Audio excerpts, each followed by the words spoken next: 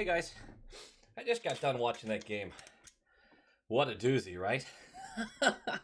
Well, I'll tell you, it's games like this that really make me feel like I deserve a little extra something once in a while, you know? Really putting in the work. So, if you wouldn't mind, hit that subscription button, like the video, or even comment. Because sometimes we're just doing the best we can to deal with what's going on around us. And I think I handle it pretty fucking well.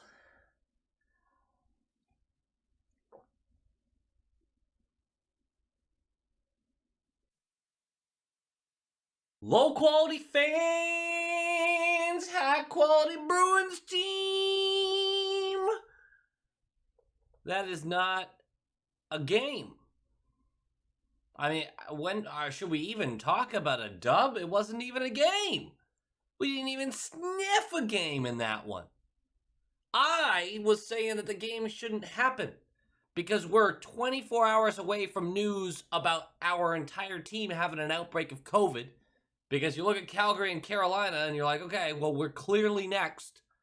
But we still had the game. We still had the fucking game. But it turns out the Boston Bruins went, you know what? You know what, low quality us fan? You know what?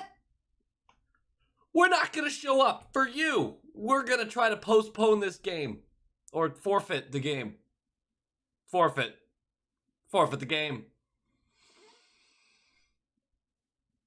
I know oftentimes I have a silver lining that comes out pretty quickly, right? Like I'll just come right out with it. Like, you know why this isn't such a bad thing?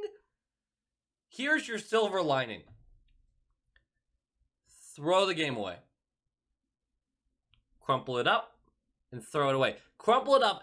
Do to it whatever you want to do to it. Don't tell me. Don't tell me what you're going to do to it. And then throw it away. That's what you do.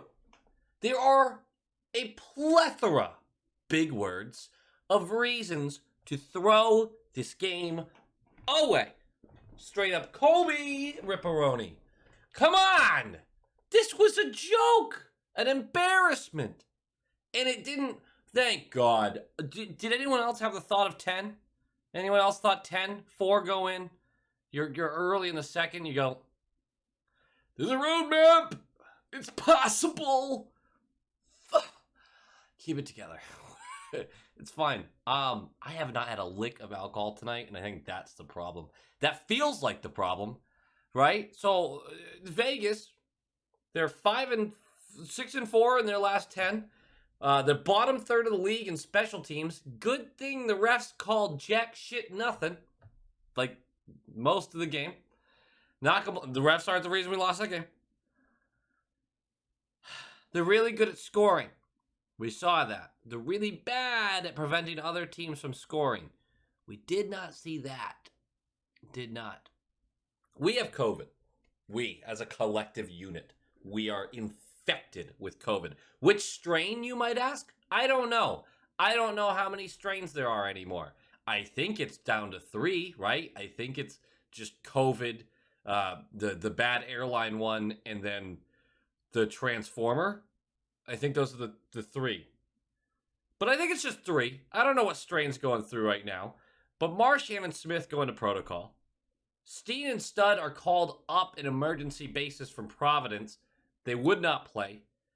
I think it would have been like the 3rd game in 4 days or something. It would have been a lot of games in a small amount of days for them. I don't think it changes anything. I probably would have had more fun watching had they been in it. But it probably doesn't change anything. Mike Riley, a healthy scratch in a game that we had John Moore and Connor Clifton as a line. It says more about Riley than anything, honestly. I was fine with the decision at the time.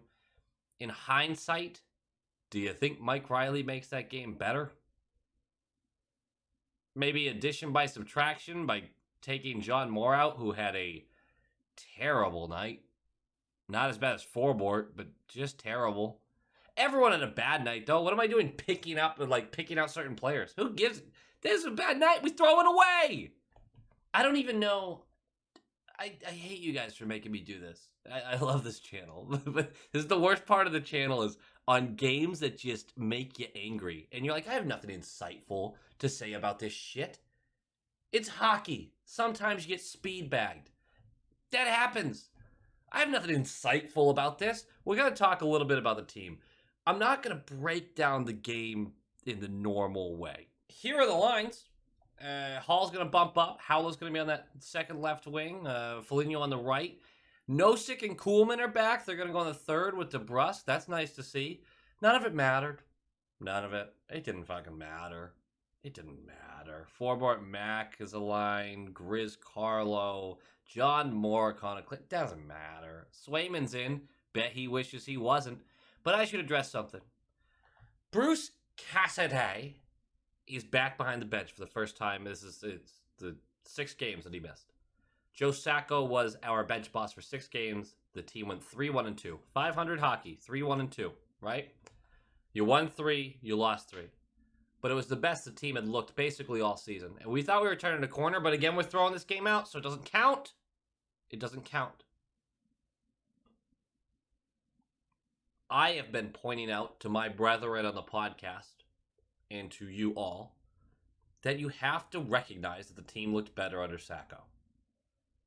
When I say we're throwing this game out, it also includes any judgments that would go to Cassidy for this. We are missing the heartbeat of our team in Marchand. We are missing a real defender, Zaboral, who I think could have made some difference in that game. And we are missing Smith, who is one of our top 6 guys. We don't know how the team's feeling physically. If a COVID outbreak is starting, it's very possible not everyone feels healthy. I don't know. I don't want to make a bunch of excuses. This was a bad game. It was a bad game. This is not reason to go, Joe Sacco would be a better coach. But you can recognize it and go, well, you know what? Let me keep an eye on this. That's what you can do. Do you like the line decisions that are being made? Does it feel like he's getting the most out of the players? I know the answers to both of those from all of you, but I don't think it's time to just go, Sacco in! Because Sacco made some weird decisions too, and we went 500 under him. Keep that in mind. I'm going to go through the game kind of quick, because I kind of want to talk about where the team is at after this, because there really wasn't much that happened, right? 5.5 minutes in, nice pressure. It's pretty much the only pressure we had so far this game and will have for the next 20 minutes. Bergie and Hall in front of the net. Bergie gets held, and we're going to go on the power play. No dice. A couple chances, no dice. 7 minutes left, and Vegas has been controlling the play basically since that power play. And Theodore takes a one-timer from the point. It deflects off the top of Forbort's back and in, basically over Sway. And they're going to take a 1-0 lead. A deserved 1-0 lead. That's fine. That's fine. A little piece of me was nervous after the first goal because I went, I don't know how many goals we're scoring. We look terrible right now. We could probably do 2, though, right? We could probably get 2. Fine. A few minutes later, Stevenson, from his blue line, whips through the neutral zone a diagonal pass directly behind Forbort, who's on our blue line.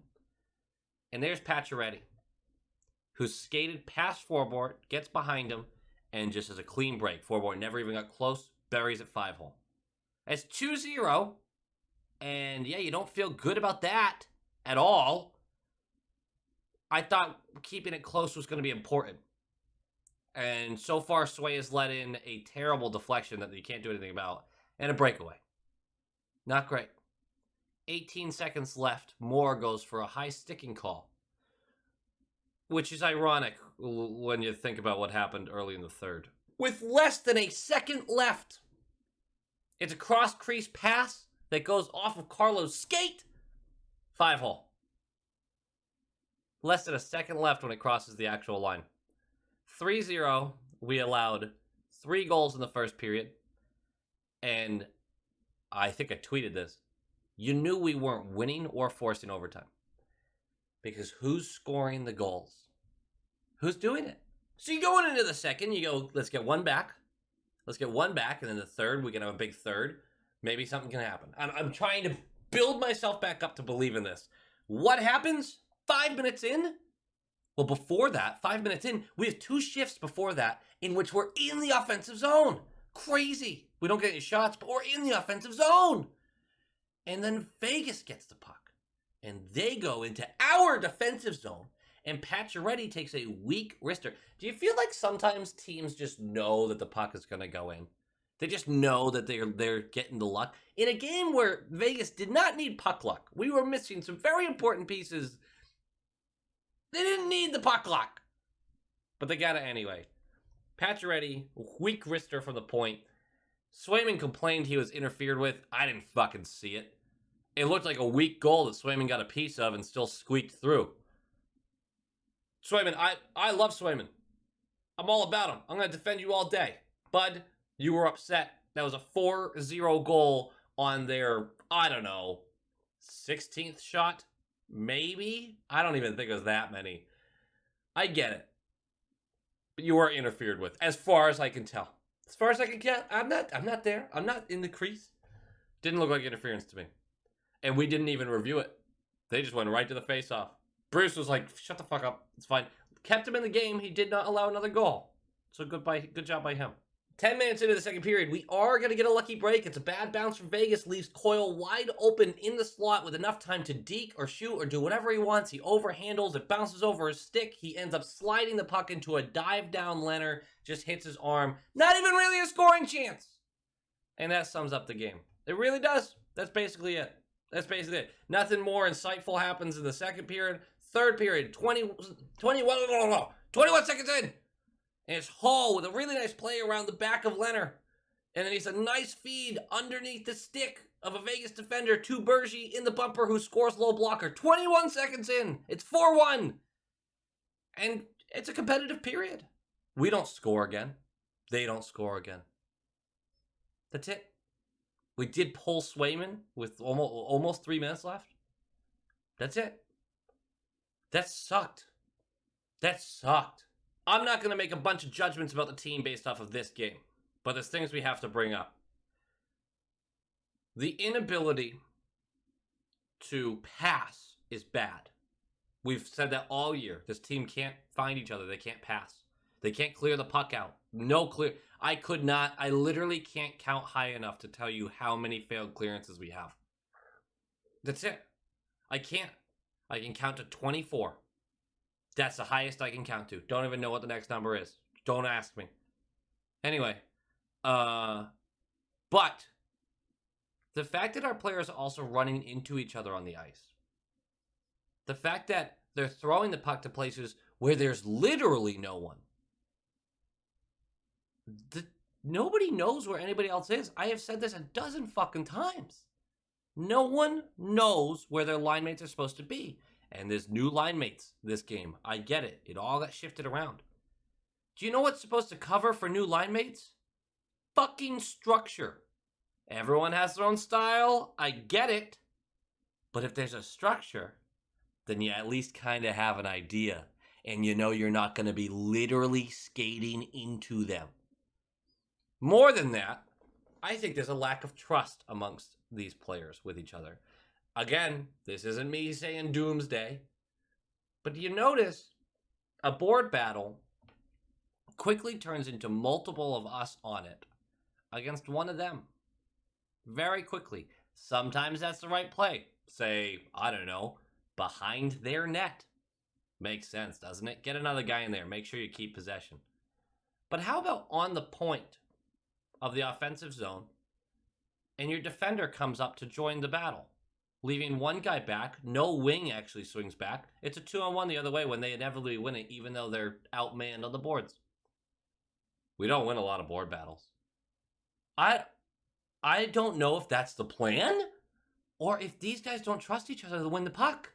On that second goal, the feed to Pacioretty behind foreboard, Coyle takes the offensive zone, gets into a little bit of a battle. Holla jumps right in the moment they take the zone. There's two guys in one spot. No, that wouldn't have prevented the goal. It really wouldn't have. But it's not the plan.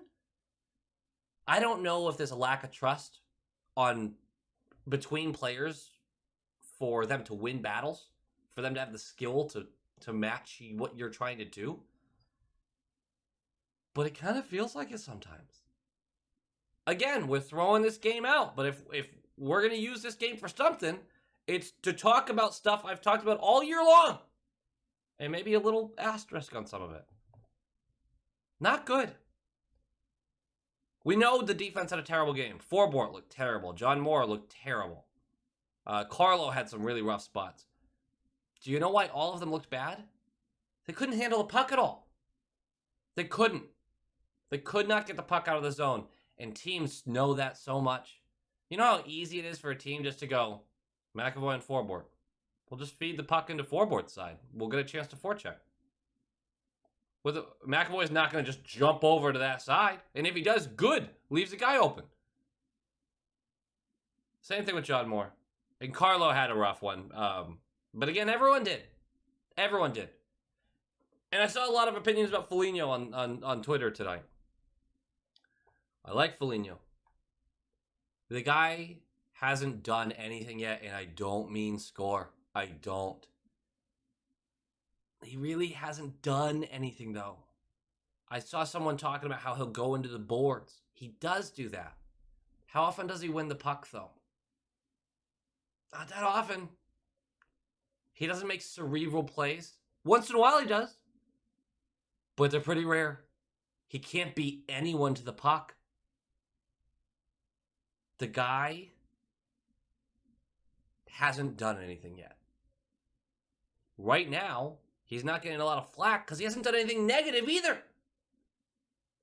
But he hasn't done anything positive. By the way, someone told me that I've been mispronouncing that name.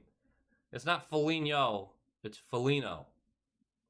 So I'm going to try to be better than that. I just realized that because I just said his name wrong 6 times or whatever. I don't know, man. I'm tired, and this game was exhausting. But it's fine. We're throwing it away. We're throwing it away. We're going to move on with our week. We're going to have a better game. Better game against the Canes. I will say, if we even get to play them, actually. Not the Canes. Islanders. Better game against the Islanders. Canes are next week. I will say, COVID protocol is no joke. And outside of a bunch of negative tests over the next 24 hours, Marchand's out for at least a few games. Same with Smith. Inject the young guys in. Because what I saw for the first 40 minutes, a lack of energy. And that's inexcusable. We can be bad without our best players. But we do need effort. And that was what was disappointing. Vegas had some lucky bounces in there. They really did. Well, I don't know if that's a 2-1 game if those lucky bounces don't go in. But they won the game, and we never really challenged them back for it. We had a better third. We did look like we woke up in the third. We can't go back to the team that only wakes up in the third when they're down 3 goals. We can't do that. Anyway, this is a high-quality team. I love these guys. I'm just bummed. I'm bummed with tonight. I was looking forward to the game, and then the game was that, and I didn't enjoy it. All right, guys, that does it for me. Like, comment, subscribe. Nailed it. Islanders coming up. I would love a win there because let's be honest. Fuck the Islanders, right? They don't like us. We don't like them. Let's win this game. And if you're an Islanders fan and for some reason you watched all the way up to this point, let's go. Let's do this. Go, baby!